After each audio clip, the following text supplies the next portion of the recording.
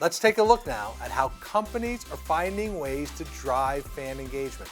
Joining SBJ's Eric Prisbel are Daniel Kirshner of Greenfly, Major League Baseball's Barbara McHugh, and Robert Shaw with Facebook. We have a terrific panel here today. Barbara, Rob, Daniel, thanks so much for joining us. Great to be here. Thank you. Great. I'm going to jump right into it. We have a lot to get to. Barbara, I'd like to start with you. And Major League Baseball has been delivering content, so much content to fans all season long, while also being mindful that the fans are not in the ballpark. How did that change the equation for you? And what specific content are fans really embracing right now? Thanks, Eric. Yeah, no, it's interesting. In many ways, it probably didn't change our approach all that much. Since the last couple of seasons, there's been just an increased effort and resources focused on ensuring as much live content capturing as possible during the season. In general, with our live content capture program, which I'm sure we'll get into in a bit later, but really always with the priority of delivering content to our fans via our channels, our resources, to our clubs, to complement what they're already doing, and of course to our players, and really with the idea of speed and scale in mind. And ironically, working with Greenfly and Facebook, Instagram, they're both involved indirectly and directly as part of that process. So it's been a unique mix so far in terms of what content fans are being really embracing this year. It's interesting because it's been a number of different elements on and off the field. On the field, it's been different camera angles, unique camera angles, big moments at the plate, things such as Mike Trout's home runs after becoming a dad, bat flips and outstanding defensive plays from players such as Mookie Betts, Nolan Arenado, Pat Venditti, who's our ambidextrous pitcher, and then also off the field, very different in terms of just remembrance of the passing of Chadwick Boseman, who, as all of you probably know, portrayed Jackie Robinson from the movie 42. And then the bat flip, kind of lighthearted, funny type of fun moments, such as Anthony Rizzo and his use of hand sanitizer during these different times that we're in. So it's exciting, but a lot of different types of content have been certainly been resonating with our fans right now. Mm-hmm. And Rob, what are some of the most popular platform features that Facebook has been utilizing to build fan engagement with league partners like MLB? Yeah, I mean, look, it helps when you have the third-party technology like Greenfly, which again makes it easier for MLB to get that content to Facebook. But I would argue in general, it's fair to say that we have more ways for partners to engage with its fans on our platforms than ever before. I mean, Facebook, you think about groups. Major League Baseball leaned in more than any other league to this product a few years ago, and it really paid off. I think during the time where the lights went off in the stadiums, you still had the chatter and the conversation very much living on in Facebook groups. And, if you look at unfortunately for me as a Mets fan, the Braves group the other day after the Acuna bat flip with his leadoff home run, it's an incredible atmosphere, akin to a sports bar that would be in downtown Atlanta. So that's groups. You got Facebook Watch. It's really evolved into a great place for sports fans to catch up and relive the big moments that occur on a game-by-game basis. Instagram TV, very similar, really hitting a young and vibrant community. Facebook and Instagram Stories both providing a good chance to program the highlights and the quick moments that occur. Instagram Reels, a product that Major League Baseball has done a great job adapting to and so forth, is a fun way to engage and entertain young audiences. And then finally, Facebook and Instagram Live. And those were great ways to continue to program to a young, global, casual audience. Again, when there were no games that were going on in the season, Major League Baseball and many other leagues were programming some of the best games ever, including 1986 World Series, which I was a big fan of. So those are all different ways to drive fan engagement for partners on the platforms. And then, in addition to that, you start leveraging our paid marketing tools, and that's what makes the business work. It's what allows the leagues to start driving the ticket sales once we do get back to the stadiums, being able to use our products for shopping and commerce, using our branded content. Obviously, a lot of sponsors weren't able to have the traditional activations they were looking for, but they were still able to be a part of the content and the experiences that they were hoping for as a result of branded content on our platforms. Mm-hmm. And Daniel, Greenfly has sports customers around the entire world. What are some of the biggest challenges that you've been experiencing with them during this, unprecedented time, if you will? Well, it's a good question. I mean, I think the biggest challenge is, as also in many ways, been an opportunity and accelerated a lot. Which the biggest challenge is, how do you really engage fans in that really immediate, powerful way when they're not able to go to the stadium? And I think, as important as social has been for the last several years, and things like the LCC program for baseball, it's even more important when you have all these fans who passionately want to be part of the game, connected. They want, that kind of environment that Rob's talking about, that sports bar environment. They're not just not able to go to the stadium, they're not able to gather even socially and watch games together in the same way. And so I think, that's been a challenge, but it's also, I think, accelerated the focus around really engaging people really intimately and powerfully on social channels. And also, just the logistical challenges around, smaller staffs in venue and things like that, and really needing to rely upon remote collaboration tools and technology tools that enable people to really communicate effectively when they can't, be in the same space while they're working. Mm-hmm. And Daniel, just to follow up, can you tell us a little bit about how Major League Baseball utilizes Greenfly specifically, and how the very strong partnership has evolved in recent years? Yeah, it's a really special partnership for us in so many ways. Our co-founder, Sean Green, was a Major League Baseball player for 15 years. And so it's always been a sport that we've been really close to. And we found just an incredible partner in Barbara and the team there. Baseball really, and Barbara can speak more to this, but baseball really uses Greenfly in two major ways. One is to really power their pioneering LCC program, which is really baseball understanding the need to really capture social first content around events and get that out really quickly to social and to social channels like Facebook and Instagram. So the LCC program is something that we power. People who are capturing content on the field are loading that into Greenfly. People that are publishing that to social channels are accessing that through Greenfly in order to put that out on Facebook and Instagram. And it's really accelerated the volume of content. It's improved the quality of content, and it's really enabled baseball to reach many more channels very quickly with really high quality content. The other thing that we power is the player social program. So that's taking a lot of that awesome social content, actually putting it straight in the hands of players through a Greenfly gallery system, so they can select what they want to share. And baseball players have been tremendously engaged. A huge majority of the league is using the platform on a daily basis during games, and publishing just a ton of great content out to social, and really connecting with that fan base and using that content as they see fit in a way that really can connect really immediately and intimately with the people who are really passionately following the game. And Rob, when delivering content, how important is it to deliver content in real time?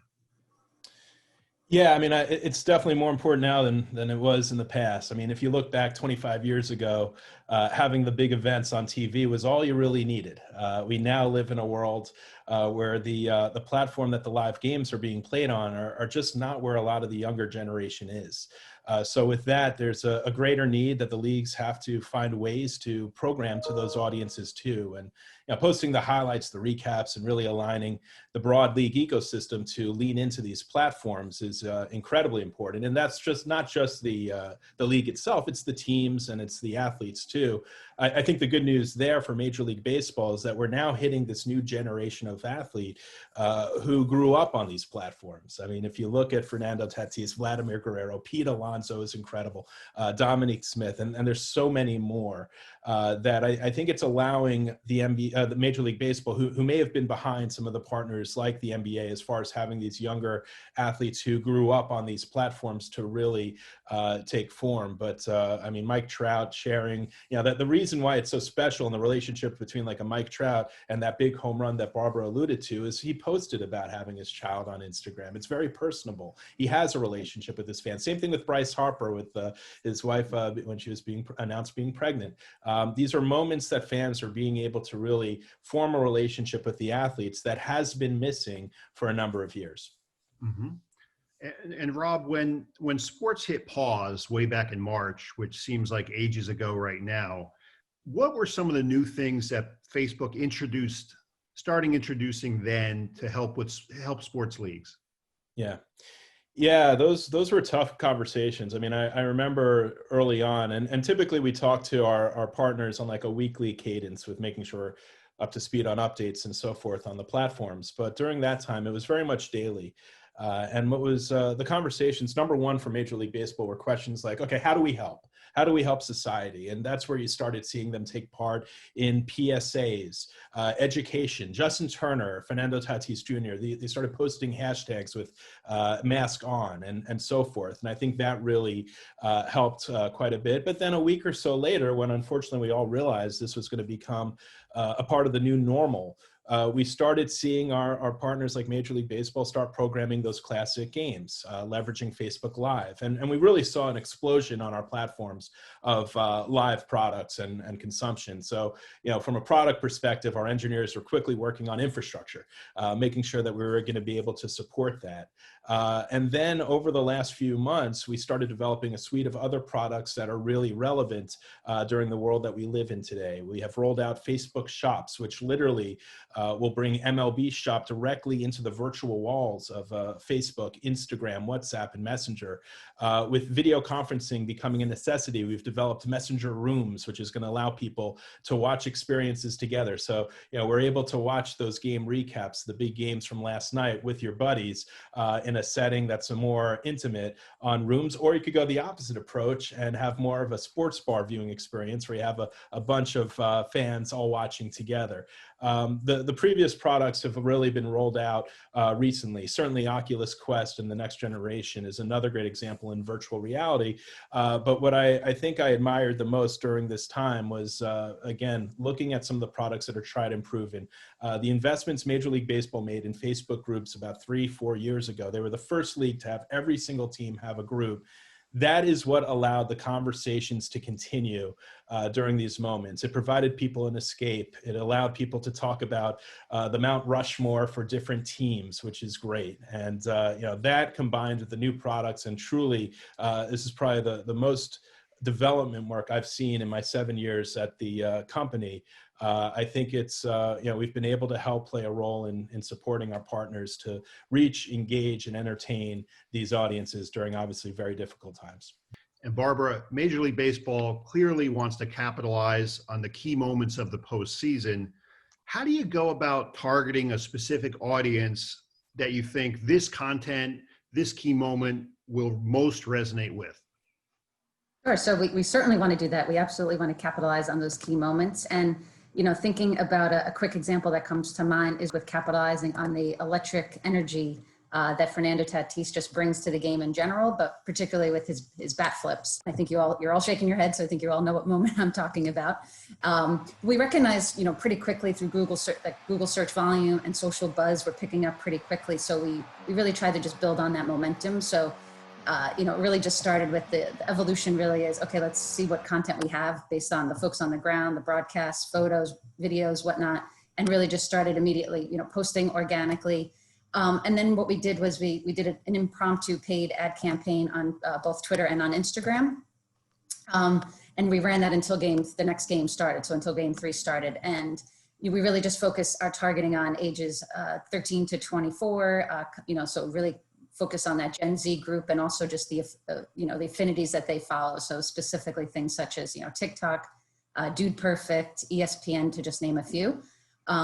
So that was just a quick example of something that we just really tried to build a momentum on. And another piece that we took advantage of was just reactionary GIFs that we uploaded, which we saw had a combined, I think the number was about 32 million views using those GIFs. So I think that, at this point where we've got a lot of postseason games left, which we're excited about and looking forward to, what's that next moment that we really want to, continue to accelerate and get people talking about. So Tatis one was a good example to highlight. It was great. Yeah, he's fun to watch. And Rob, I wanted to ask, how much of a responsibility do you feel that you have to make sure your partners stay relevant, that you're giving them all of the tools that you have to make big moments as big as possible? And how large is that toolbox right now? Yeah, I mean, I think we feel a great deal of responsibility to find ways for our sports partners to ultimately make sports as big and relevant globally as possible. I mean, everyone chooses to go into the sports industry because of the passion for it. I mean, Eric, you sleep in a tent in your basement, as we can see behind you. So that's a joke, obviously. But no, I think that it is incredibly important that we are able to help our partners not have to make the hard decision between R and R, which is reach or revenue. It has to be reach and revenue. And so for us, it's important that we provide them with all of the education and the tools that they need in order to engage with that next generation of sports fans. But then we have to also educate them on all the different marketing tools that could drive the business results. They almost have to start thinking, and I'm talking about broadcasters and leagues, as almost like startups, innovative startups. Because if you look at a lot of the trends when it comes to business, it's really the companies that have been able to come up with unique and intimate ways to engage with people, to be able to drive purchases and such. And I think one of the big values that the Facebook Inc. platforms are able to provide our partners is the chance to actually have a real relationship with their viewers, with their fan base, being able to, again, understand who's consuming your content and then retargeting those who live within a radius of the stadiums, being able to put the right merchandise in front of the right audiences based on their passions, such as their favorite athletes or their favorite teams. So that's really the key for us. It's not just about helping them build this large casual audience, which obviously lives on our platform. We have that scale that should allow them to get in front of them and broaden their horizons. But then what do you do with it? How do you use that audience to build your business for the future? That is what definitely keeps our team up at night. Mm-hmm. And Daniel, where is this all headed? What do you envision kind of broadly in the future for the leagues, the teams, and sponsors? Yeah, I think that, as we've been discussing, this has been a period of real acceleration. So I think, continued adoption of these tools, the kind of new toolkits that Rob mentioned that Facebook is developing. Really, I think the appreciation that baseball has about how important it is to really connect with the fan base through the players themselves, and also really empowering the teams to really have quality content. I think that we're headed toward a period of just a lot more activity, but a real focus on not just making sure that everybody has access to the best quality content immediately and is able to share it, but also really continuing to focus on the quality of the content, what's resonating, what's working, watching how it's evolving, watching how audiences are evolving, continuing to kind of meet those needs and empower people who are sharing content to really use the most effective and relevant and powerful content in any given circumstance. This has been a great discussion. My last question for Barbara, I'm curious how much of what we have seen during this crazy 2020, year, from more mic'd up content to things like the Pete Alonso YouTube series, how much of that could carry over to 2021, regardless of what that 2021 landscape may look like? Yeah, we hope that it just continues to grow and amplify. I think we were really excited about what we were able to accomplish this season in terms of a lot more two-way mic'd up content, particularly on our national broadcasts. Mic'd On First with Pete Alonso, presented by Gatorade, was a great content series. Just generally speaking, he became pretty popular for his humor and just his personality just really shines through. But I think now everybody knows that chocolate milk is part of his exercise and routine in terms of keeping his strength.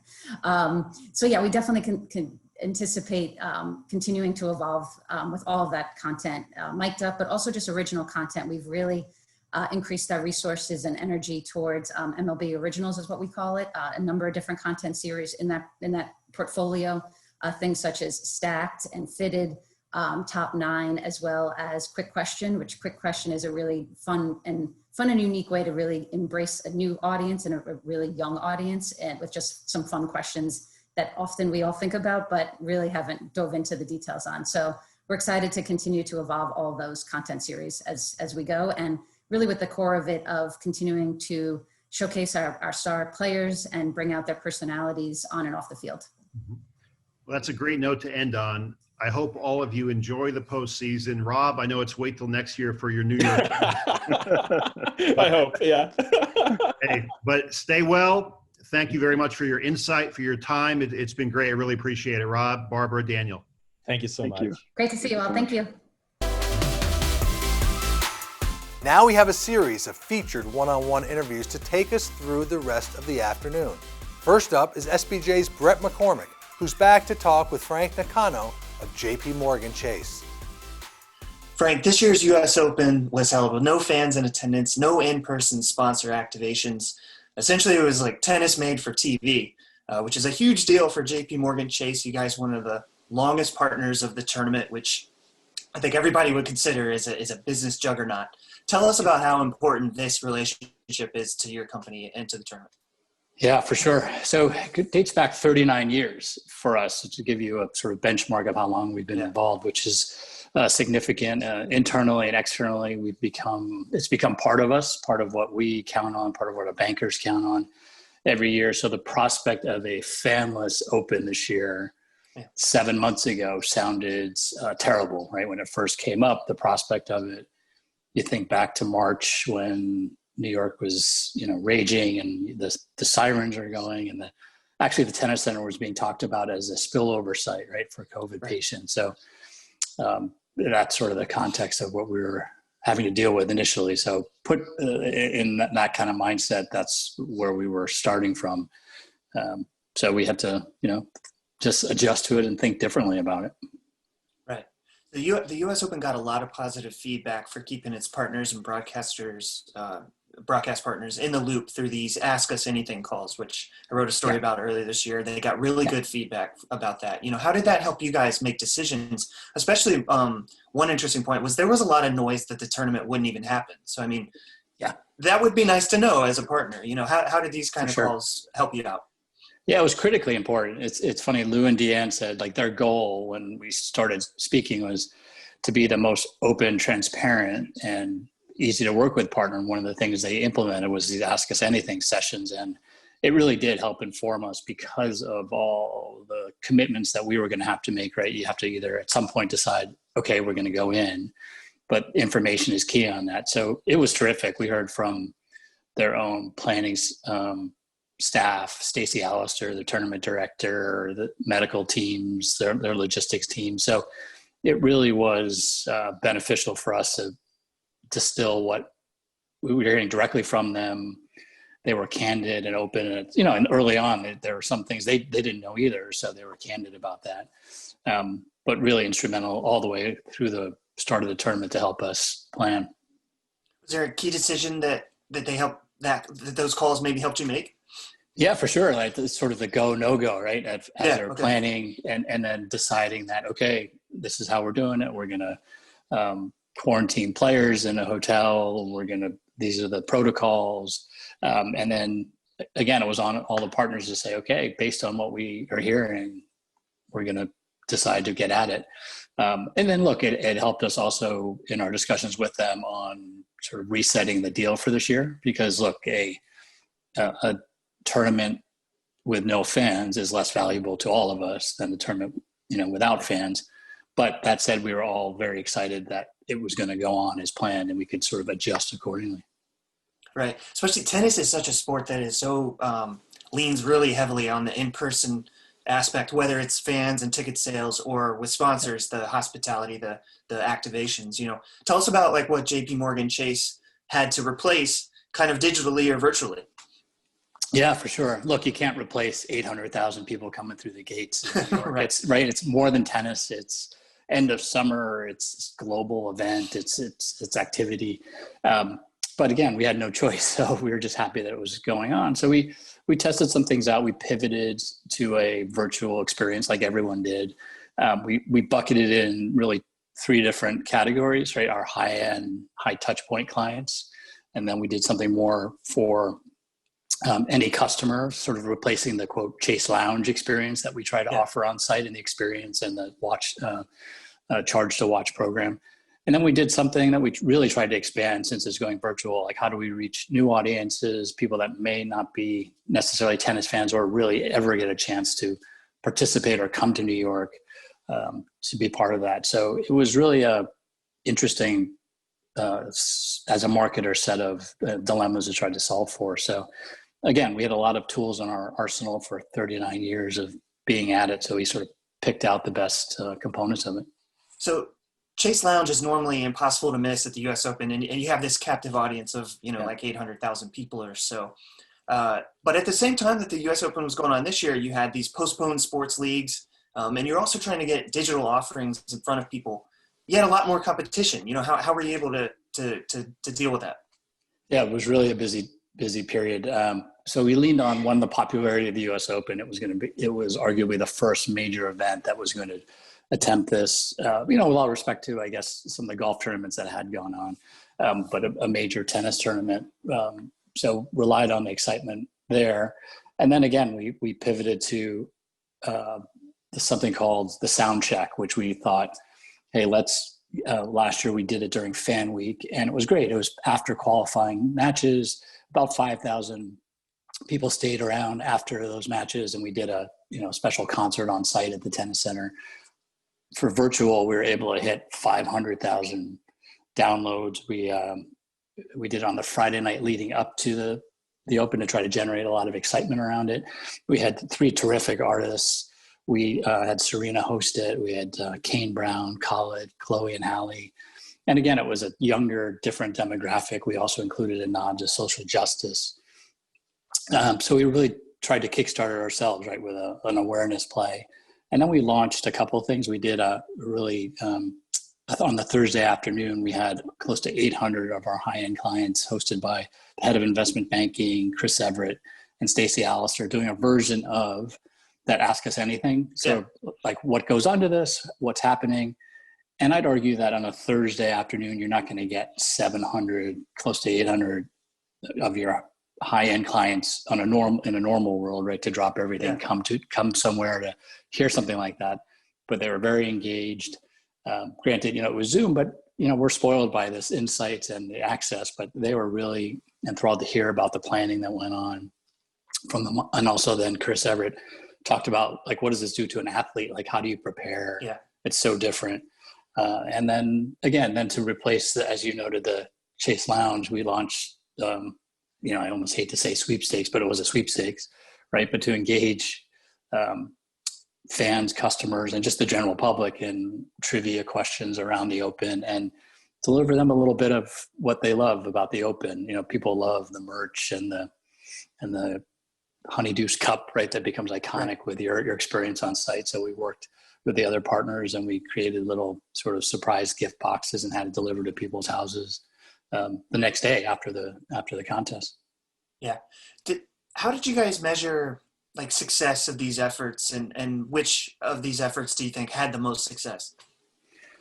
Great question. So because it's reach, it's really hard. Like, we all know the engaged customer is so much more valuable to us, and you can't replace that. But if you can't have that engagement, we'll kind of go with scale.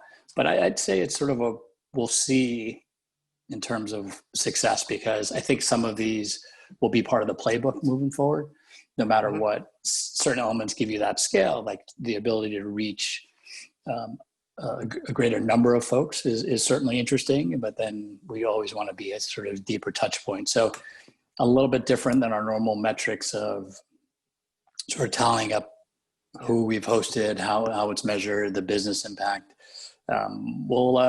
We're this year kind of relying on the scale of those programs to carry us into, and ultimately it was really just about remaining in contact with clients, customers, so you're not forgotten. So when we do come back, hopefully in a normal world, it's not that we've taken a year off from engaging. You guys have, are throughout sports. I mean, what were some of the other partnerships, and how did you have to pivot in those, aside from just the Open?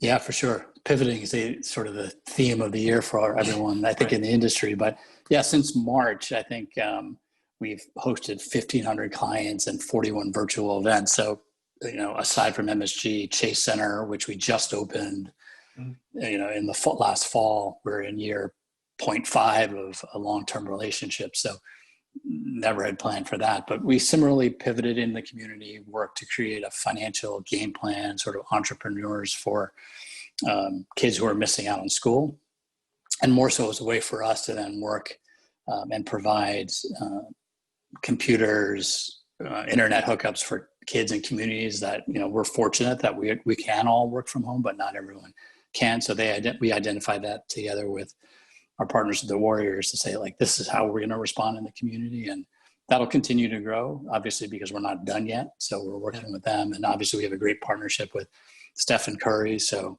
that's something that's very important to him and his Eat, Learn, and Play Foundation. So just rethinking about fan engagement, but really community engagement, I think, is something that we've pivoted to and will continue to. Yeah, and you mentioned Remix the Run. Can you explain what that is? Yeah, so that's the JP Morgan Corporate Challenge, which is going on now. So hopefully everyone, if you're not registered, will register. But that's a 44-year-old program with us that usually takes place in now 15 markets around the world. And it's really less about running, more about camaraderie, right? You're running with your company, and then it's celebrating afterwards. So it's 3.5 miles. But we worked again with our partner Kevin Hart and Boss Everline, his trainer, to create a virtual run that we're angling to be the largest virtual corporate run ever, right? So what makes this different versus you just going out for a run and tracking it on Strava or something is that's an individual sort of timing. This will have a global leaderboard. We have in-app, which is really kind of fun motivation moments from Kevin and Boss and other of our sort of surprise partners. And it's really a way to try to bring some connectivity. A lot of companies and our colleagues ourselves are using it as a way to sort of create, again, connectivity between each other and saying, hey, let's the 5 of us create a team. We'll go out and we can do it as a team, but I can also see, Brett, like your time versus mine, and it's on a leaderboard. And again, just creating some engagement. But, for us, that's a very important, again, 44-year-old, different from other partnerships that we have. We own and operate this one. So we're excited that we're able to pivot with it and make it, again, a remix for these times, but be more applicable. Right. Hate to think that people could see what I would run in 3.5 miles. Oh yeah, me too. Especially after the last 7 months. Yeah. You can also walk it, by the way. Okay, there you go. Right. Last question, and I'll let you run. For one thing that I've thought about a lot, and I've tried to ask people when I've been doing these things with them, is like, what is going to stick, moving forward from this, even when we get to maybe a more, something resembling more like what we were used to, in 2019 and before. For properties that are weighing whether to continue some of these like pandemic inspired ideas, what do they need to consider when you're kind of making that call? Like, what things are you guys thinking about? Yeah, so I think aside from like figuring out the playbook, right, on the mix of scale versus the engagement, I think it's a time to, and I'd love to hear what the other panelists are talking about today, which will be great. How do we change the experience for fans, for attendees, for viewers? We've always talked about that, right? Like, what are the pain points of access to a building, especially as we start to come back? How do we come back is it 50%? Is it 60%? Is it 0 until we go to 100%? But also, what is your flow when you're entering a building? Because now it's always been about security, but now there's a whole nother layer of security, right? Your health, and how are you paying through that? We've always been focused on, like, what's your experience sort of from an entrance perspective. That's why we create chase entrances, because people love, right, a special door to go through. But now even more than ever, if I don't have to touch anything, if I can be away from as many people as possible, a little bit counterintuitive to the fact that you're going to a big event, but you kind of want to be separated from everyone. But that's the reality. And how do you pay throughout your experience, so you're not touching a whole lot of things or interacting with people? So kind of broad buckets, but something that I'm sure every sponsor is thinking about. And what does the new playbook look like, and how do we come onto this better and not just sort of repeating the same programs that we have in the past? Yeah, I think it'll be fascinating to watch. Thanks so much for joining us, though. We appreciate hearing your thoughts, Frank. No, I'm happy to be here. Thanks for having me. They're running out of time. They're running out of tracks. They're running out of laps. 8 drivers, 4 races, 1 trophy.